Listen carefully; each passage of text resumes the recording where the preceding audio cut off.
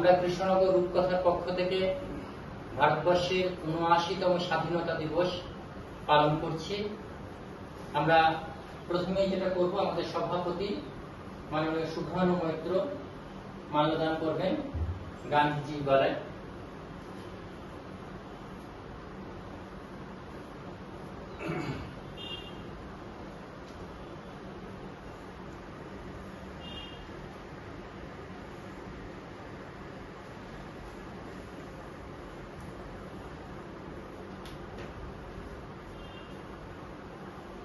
তারপর আমাদের রূপকথার সদস্য তন্ময় বিশ্বাস মাল্যদান করবেন সুভাষচন্দ্র বসুকে।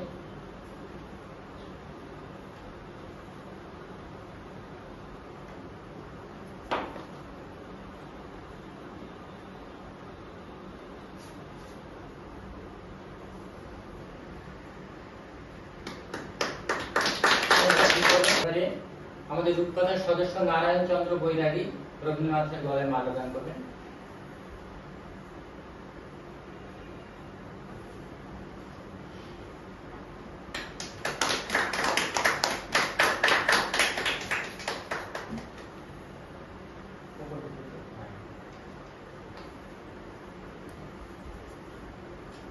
আমাদের ৩ মহাপুরুষকে আমরা মাল্যদান করলাম। এবারে সবাই আপনারা আসবেন, এসে সবার পায়ে ফুল দেবেন।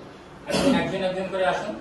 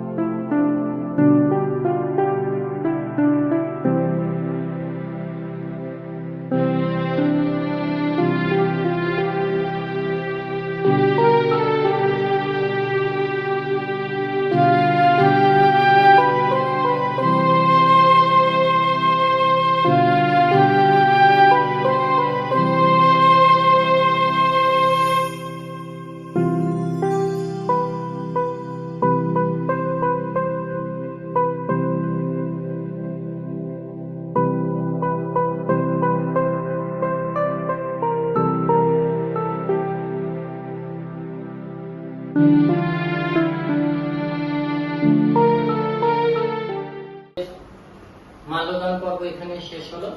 আমরা এবার পরবর্তী অনুষ্ঠানে চলে যাব। আমরা এবার সঙ্গীতানুষ্ঠানের মধ্যে চলে যাচ্ছি। আমাদের প্রথমে সঙ্গীত পরিবেশন করবে আমাদের রূপকথার খুদে সদস্যা পৈতৃ ভট্টাচার্য, তবলায় শুভ্রানু মৈত্র।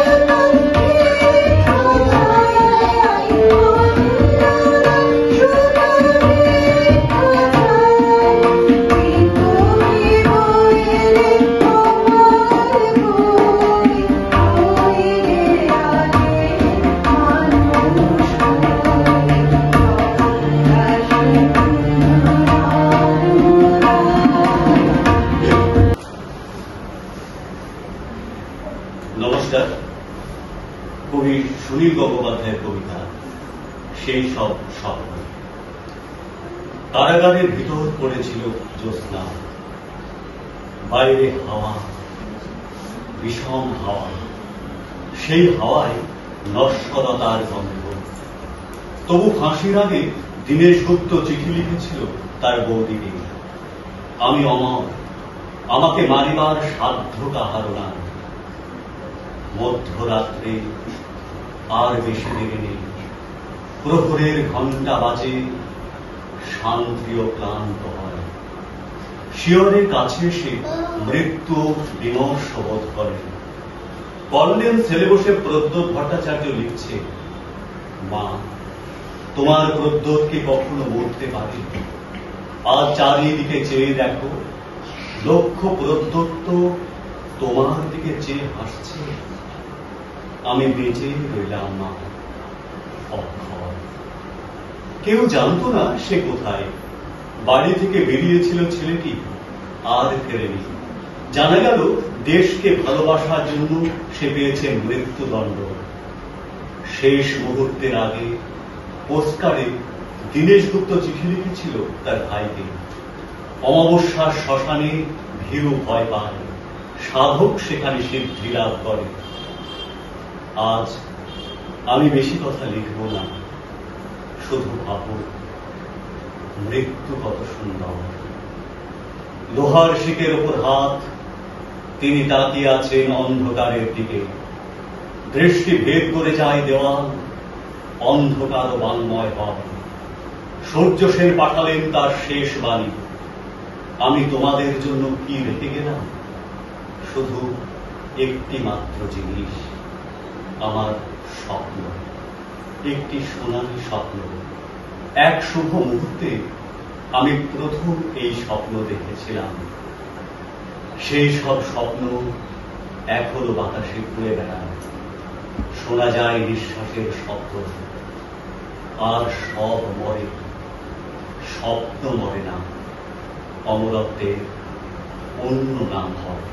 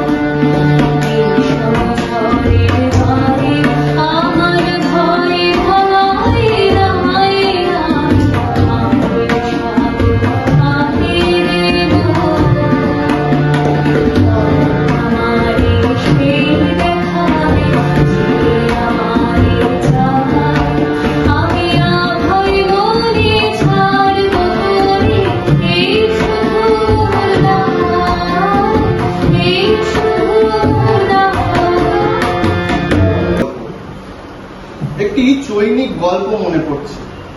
ভারতবর্ষের এই মনোরম প্রেক্ষিতে গল্পটি মনে হয় শোভন হবে। লোককাহিনীর এই গুণ মানুষের সব কালেই প্রাসঙ্গিক। তার অর্থ মানুষের সব কালই এক কাল, কালে কালে সেই মানুষের একই লীলাকে। শেষ করে শহরের পথে চড়তে গেল। তার হাতে থাকে একটা সুদৃশ্য খাঁচা, আর সেই খাঁচার মধ্যে একটি পাখি। তাকে তার আসল নামে আর কেউ ডাকে না, সবাই বলে পাখি। একদিন শহরের রাজপথ ধরে সে চলছে, নিষ্কর্মা মূর্খ সেই ধনীর সন্তান। পথের এক পাশে বসেছে এক জ্যোতিষী, রোজ যেমন বসে। 2-10 টাকার বিনিময়ে মানুষের ভূত ভবিষ্যৎ বলে দেয়। যথারীতি তাকে ঘিরে মানুষের জটলা। পাখি ভাবলে যাই দেখি মজাটা কেমন জমেছে। ভিড় ঠেলে সামনে দাঁড়াতেই গণক ঠাকুর চিনে ফেলেছে, আর এই তো সেই বড় লোকের বেটা। এবারে আমরা কবি, নাট্যকার, গীতিকার, সুরকার দ্বিজেন্দ্রলাল রায়ের একটি গান সমবেতভাবে গাইব। পুষ্প ভরা আমাদের বসুন্ধরা, তাহার মাঝে আছে দেশের সকল দেশের সেরা।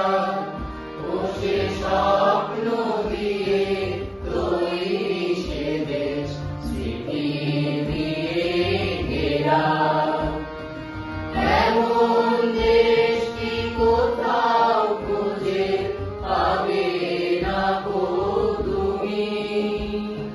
সকল দেশে রানী সেজে আমার জন্মভূমি, সেজে আমার জন্মভূমি, সেজে আমার জন্মভূমি।